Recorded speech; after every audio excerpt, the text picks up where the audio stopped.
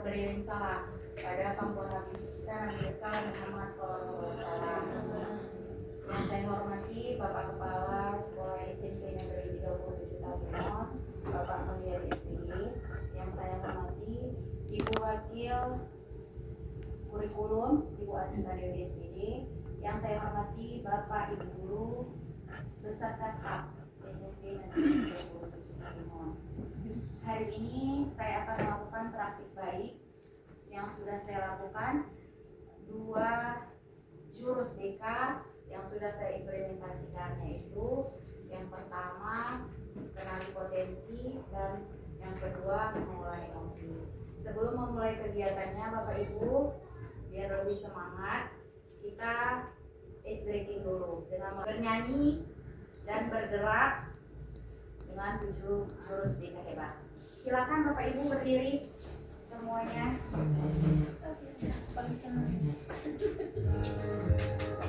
Bisa berdiri dan kuat, tumbuh di lingkungan sehat, bersamaku yang hebat, penuh cinta dan bersahabat, mendidik dengan tulus, gunakan 7 jurus. Kenali potensi, kelola emosi, tumbuhkan resiliensi, jaga konsistensi dan jalin koneksi, membangun kolaborasi dan menata situasi. Juga menggembirakan,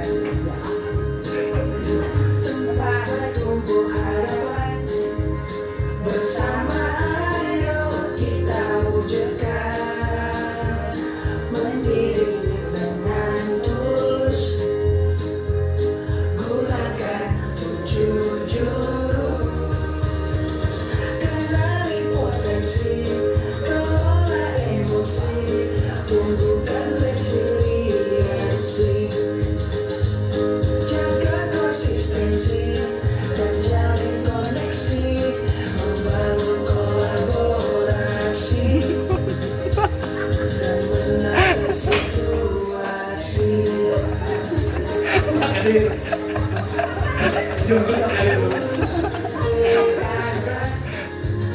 Bersama murid melangkah ke depan, 7 jurus hebat, 7 jurus yang akan ku ingat. tepuk tangan untuk kita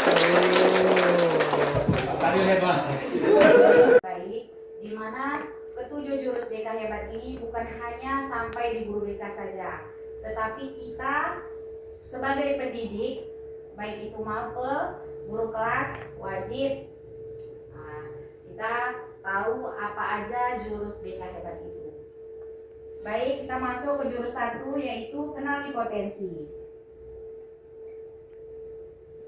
Jadi di kenali potensi Bapak Ibu, model pembelajarannya itu kita menggunakan ARKA, di mana ARKA itu adalah aktivitas, kedua refleksi, ketiga konsep, dan keempat kita mengaplikasikannya.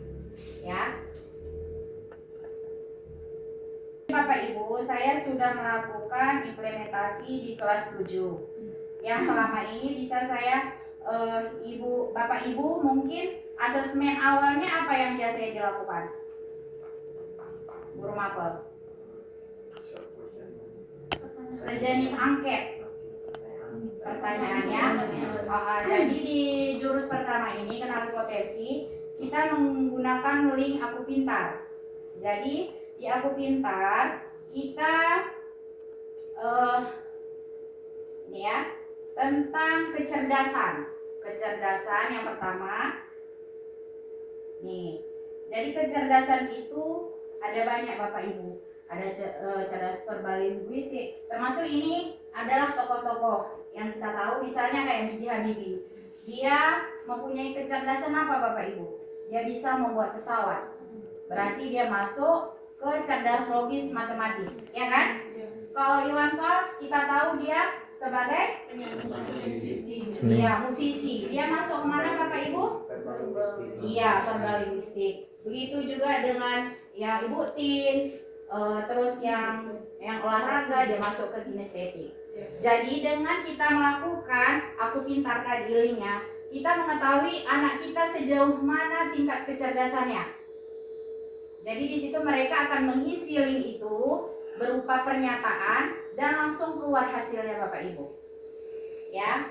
Selanjutnya di Aku Pintar juga tentang mengenali 3 gaya belajar. Ini yang sudah saya lakukan, yaitu 1 gaya belajar visual, yang kedua auditori, ketiga kinestetik. Jadi Bapak Ibu di anak kelas 7 hasil dari kurva yang saya ambil kebanyakan anak kita audio, malah mereka gaya belajarnya auditori. Jadi mereka memang suka ini menggunakan diskusi, tanya jawab, rekaman suara, suka lagu edukatif. Dorong murid untuk menjelaskan kembali materi dengan kata-kata sendiri. Mereka suka dengan perkataan atau metode ceramah. Mereka suka karena itu hasilnya memang. Kecuali memang mereka asal-asal kurang tahu juga saya.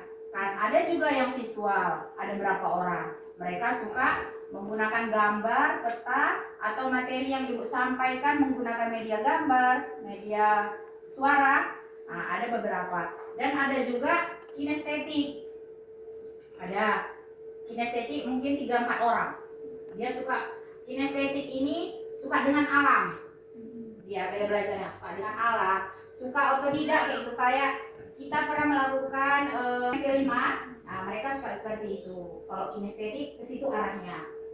Nah, dan ada satu lagi hasil dari gaya belajarnya read and read. Itu jatuhnya sama kayak auditori. Makanya saya bilang hampir 75% mereka gaya belajarnya auditori. Ya, itu yang untuk kelas 7. Selanjutnya mengenali potensi karir masa depan. Jadi di Aku Pintar tadi ada 3 yang bisa kita tes. Untuk asesmen awal kita Bapak Ibu. Bisa dengan gaya belajarnya, bisa dengan kecerdasannya, dan bisa dengan mengenali potensi karirnya ke depan.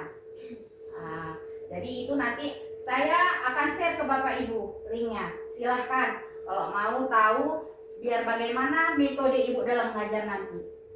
Ya.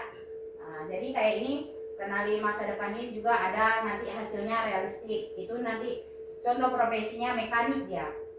Tukang listrik, teknisi, polisi atau petani. Keluar terus nanti hasilnya ada, Bapak Ibu. Itu di jurus 1 kenali potensi. Lanjut Bapak Ibu ke jurus 2. Termasuk jurus 2 juga sudah saya implementasikan kepada anak kelas 9 di minggu lalu. Nih, jurus 2 kelola emosi. Sama dengan metode Arka juga. Nanti waktu ujian Pak. 10 menit. Ibarat kertas itu adalah simbol emosi. Semua matanya ditutup, dengarkan cerita saya. Matanya ditutup semua. Baik kertas itu kita. Buka, pegang kertas, mata ditutup. Udah, pagi itu, ini Bapak Ibu kertas, tutup mata. Kertas itu ibaratnya simbol emosi. Kalau ibu marah, remas. Udah, ibu kecewa, remas. Kalau ibu marah semarah-marahnya, robek. Ya, karena itu simbol emosi. Saya akan bercerita. Jangan dilempar. Ya. Ya, itu nanti saya akan lihat hasil kertasnya. Baik. Pagi itu Bapak Ibu guru berangkat ke sekolah mengendarai sepeda motor. Bahan ajar yang sudah disiapkan rapi digantungkan di motor. Namun beberapa meter sebelum sampai sekolah, motor mendadak mogok karena kehabisan bensin. Dengan susah payah Bapak Ibu mendorong motor hingga sampai ke sekolah. Si aman ya? Sampailah Bapak Ibu di kelas. Hampir semua murid datang tepat waktu. Namun belum sempat suasana stabil. Andi masuk terlambat. Ia hanya menunduk sambil berkata, "Maaf Bu, Pak, saya telat." Pelajaran pun dimulai. Namun saat akan menggunakan bahan ajar yang sudah disiapkan, Bapak Ibu guru tersadar bahwa bahan tersebut tidak ada. Dicari ke sana kemari, tapi tetap tidak ditemukan. Dengan terpaksa Bapak Ibu guru melanjutkan mengajar seadanya. Bayangkan aktivitas mengajar yang seru seketika buyar. Di tengah pelajaran, saat Bapak Ibu mengajar, Andi terlihat tidak memberikan perhatian. Dia menunduk di bangkunya. Saat didekati, ternyata Andi sedang terlelap tidur. Sudah ada ya, sedikit-sedikit ya. Tak lama kemudian, ada seorang bapak mengetuk pintu kelas. Bapak Ibu membuka pintu dan menghampiri bapak itu berkata, "Maaf, saya pamannya Andi. Sebetulnya Andi sudah 3 hari di rumah sakit karena menunggu ayahnya yang sedang sakit. Meski kurang tidur, tapi Andi maksa selalu ingin sekolah tanpa tidak mau ketinggalan pelajaran. Sekarang saya izin mau jemput Andi karena ayahnya masuk ICU." Aman masih Bapak Ibu? Sedikit ya. Paman Andi juga mengeluarkan sebuah bungkusan dari tasnya.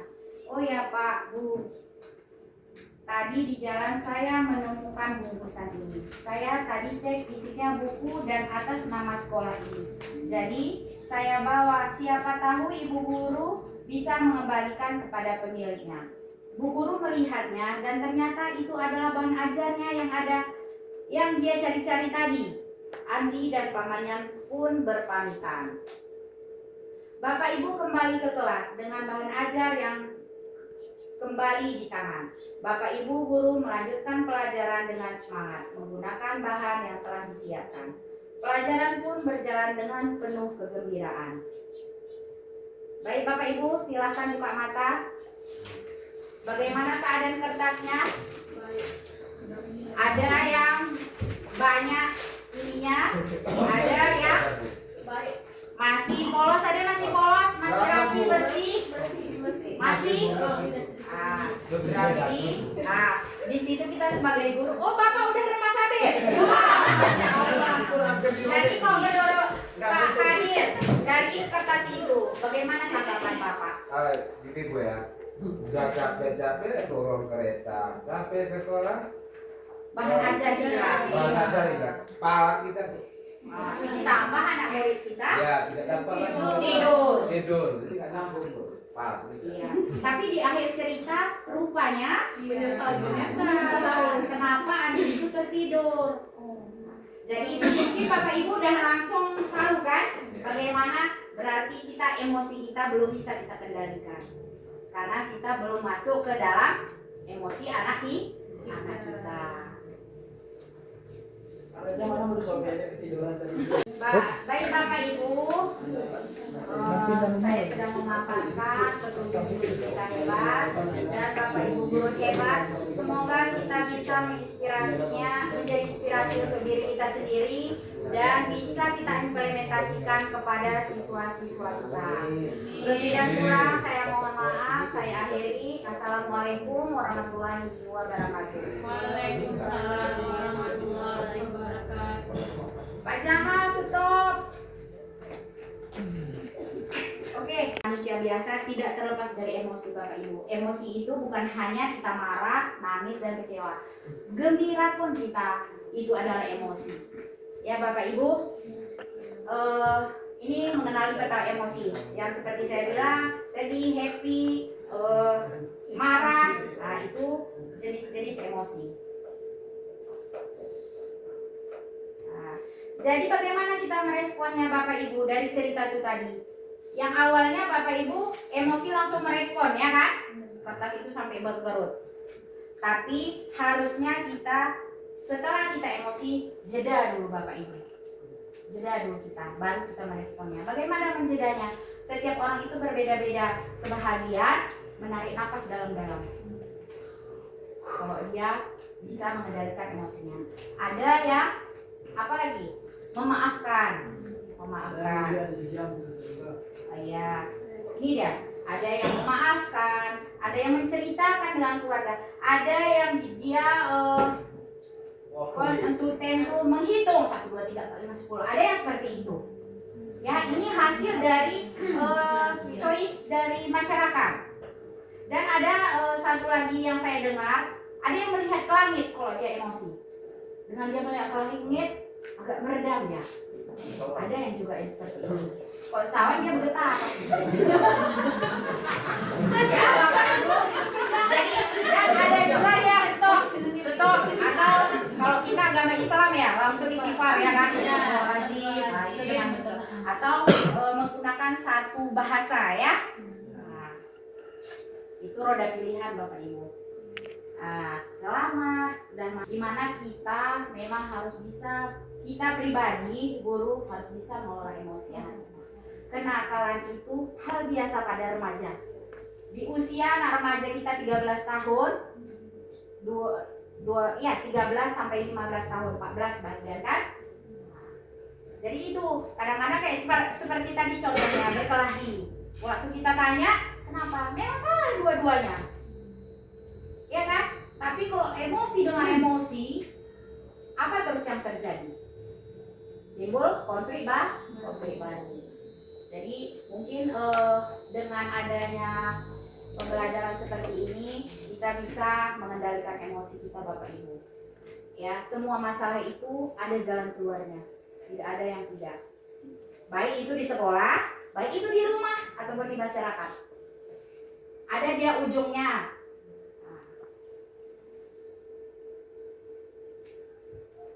Selanjutnya jurus ketiga. Ketiga yaitu tumbuhkan resiliensi. Resiliensi adalah bisa dibaca Bapak Ibu, tolong dibantu. Silakan. Kemampuan seorang untuk bangkit kembali dan pulih dari kesulitan, stres atau trauma yang dialami dalam hidup. Ini adalah kemampuan untuk beradaptasi, bertahan, dan bahkan tumbuh lebih kuat setelah menghadapi tantangan. Iya. Jadi mengapa daya landing makin penting? Karena kita tahu ini yang lagi viral ya kan Bapak Ibu. Gara-gara diejek oleh temannya, dia tewas gantung diri. Ada yang tak tahan dibully sebagai anak yatim, siswa SD bunuh diri. Siswa SMP bunuh diri saat HP disita. Itu kan kalau kita pikirkan, ya kan? Gak mungkin dari hal sepele bisa seperti itu, tapi itu udah nyata Bapak Ibu. Nah, dimana kita harus memang menumbuhkan, namanya pun tumbuhkan resiliensi. Jadi kita bagaimana menumbuhkan kepercayaan anak diri kita, ya? Juga macam bahasa Inggris ada. Ini. Jadi kalau selama ini mungkin Bapak Ibu kita fixed mindset. Seharusnya kita grow. Kayak mana grow tuh? Misalnya kesuksesan. Kita pertanyaannya, saya bisa sukses jika punya bakat. Tapi kalau grow-nya saya bisa sukses dengan berusaha. Jadi kita pola pikir kita itu lebih mendalam, lebih luas, ya, dalam menumbuhkan resiliensi kepada anak didik kita. Ya, yang selama ini mungkin mengapa masalah ini terjadi pada saya? Karena itu anak-anak banyak ya, kayak yang bunuh diri tadi, pasti dia kenapa saya diejek, saya anak yatim. Nah, harusnya solusi apa yang bisa saya upayakan? Jadi pemikiran kita mendalam. Ya Bapak Ibu. Jadi perbedaannya ini. Apakah saya fixed mindset atau growth mindset? Coba Bapak Ibu, yang nomor 1. Bahwa kecerdasan dasar saya adalah sesuatu yang tidak dapat saya ubah. Terlalu banyak. Itu menurut Bapak Ibu apa? Fixed atau growth? Iya, fixed itu ya Bapak Ibu. Selanjutnya, Ketika saya menghadapi tantangan, saya biasanya menyerah karena saya merasa tidak cukup mampu. itu fixed. Betul. Lanjut. Saya percaya bahwa saya tidak Bahwa saya dapat meningkatkan kemampuan dan bakat saya jika saya berusaha dan bekerja keras. Iya, berarti udah bisa Bapak Ibu. Udah bisa membedakan bagaimana seharusnya kita, ya, dalam menumbuhkan resiliensi terhadap siswa kita. Ini pujian menghancurkan resiliensi. Pujian rupanya nggak bagus Bapak Ibu. Tapi bagaimana? Beri dukungan. Kita kalau dengan memuji bisa menghancurkan resiliensinya. Tapi kalau kita beri dukungannya, ajak dia, peluk dia. Kenapa nak? Ada apa? Bisa ibu bantu? Beda kalau kita ujian itu tidak menumbuhkan resiliensi dia, tapi dukung dia. Yang keempat, jaga konsistensi. Kesadaran vs paksaan. Jaga konsisten namanya. Jadi kita kadang-kadang ini ada tulisannya hati-hati jangan lihat kiri, tapi memang lihat lagi. Kenapa? Karena ini Konsentrasi. Tapi kalau kita menghadapi anak-anak tidak boleh seperti itu. Ya, harus konsisten kita sebagai guru. Kalau nggak bisa, bilang nggak bisa. Sama kayak seperti semalam saya ke grup taruh tentang kedisiplinan anak-anak. Terus saya dijawab, Bu, memangnya kalau nggak pakai ciput, Bu, mau diapakan? Kena sanksi ya, Bu? Nah, itu kan jawabannya seperti apa kita?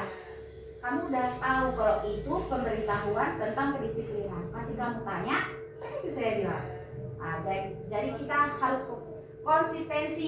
konsisten dengan apa yang kita lakukan. Jangan kita, oh sayang dia memang PMI, nggak bisa dibelinya memang siput jilbab. Nah itu salah, karena itu peraturan wajib, ya kan? Nah, jadi kita memang harus jaga konsisten. Nah itu aja. 5, jalin koneksi. Nah ini mendengarkan jam artinya ada. Apa artinya? Dedikasikan tubuh dan jiwa kita terhadap siswa kita.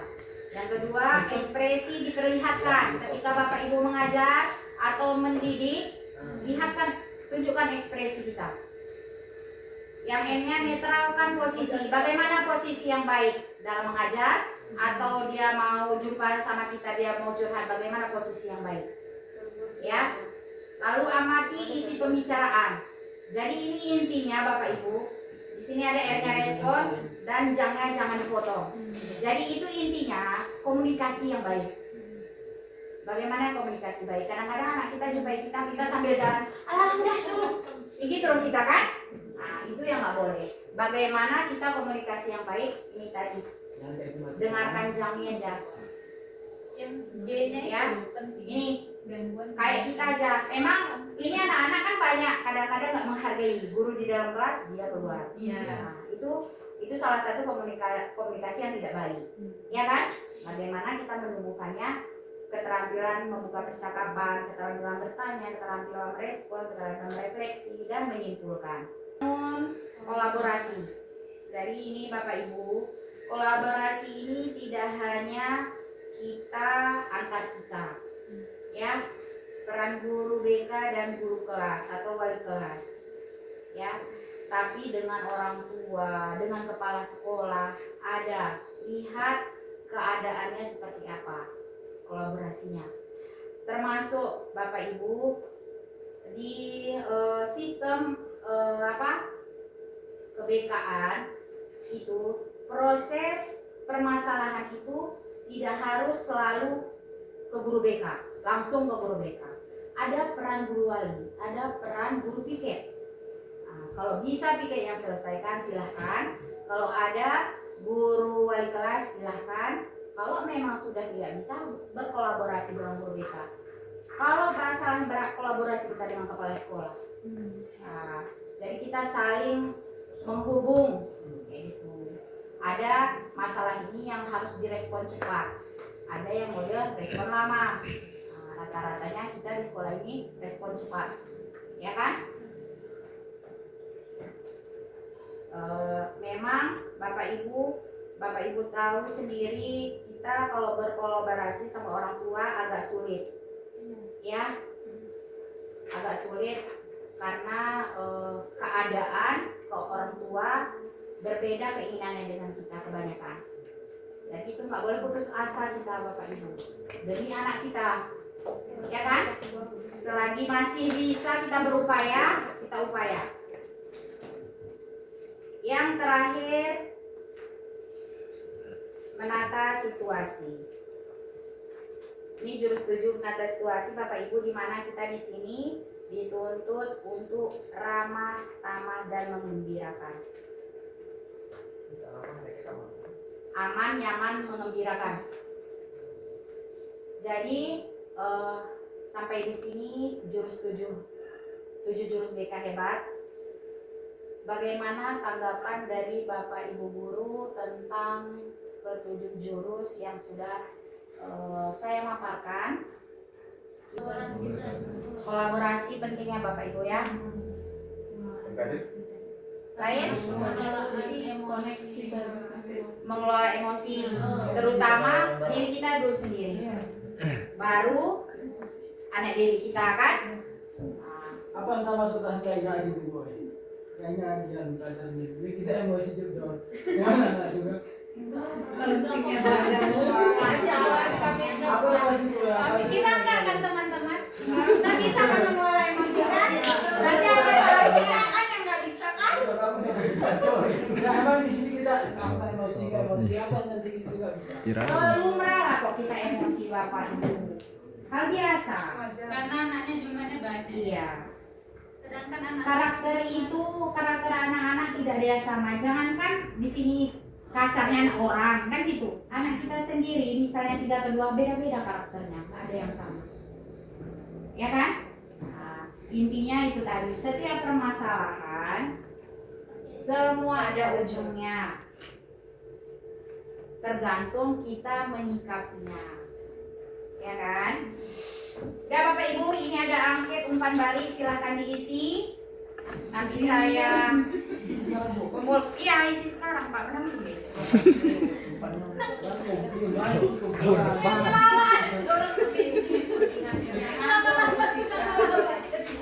Tolong diisi ya Bapak Ibu. Tahun depan nih. nama guru yang dinilai nama apa? Nama saya. Tadi bilang.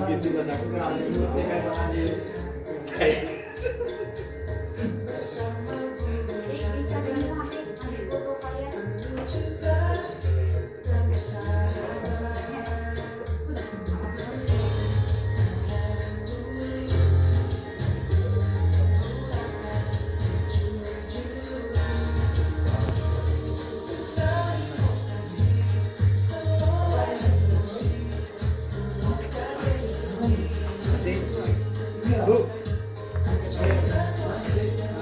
Siapa? Siapa? Kenali potensi. Sarannya apa nih Pak? Sama Diko. Sarannya kayak api. sarannya apa? Bisa menerapkan. Tali ni ada ya. Saran Diko. Oh. Baik Bapak Ibu, saya sedang memaparkan petunjuk kita hebat dan Bapak Ibu guru hebat. Semoga kita bisa menginspirasinya, menjadi inspirasi untuk diri kita sendiri dan bisa kita implementasikan kepada siswa-siswa kita. Lebih dan kurang saya mohon maaf, saya akhiri. Assalamualaikum warahmatullahi wabarakatuh. Waalaikumsalam.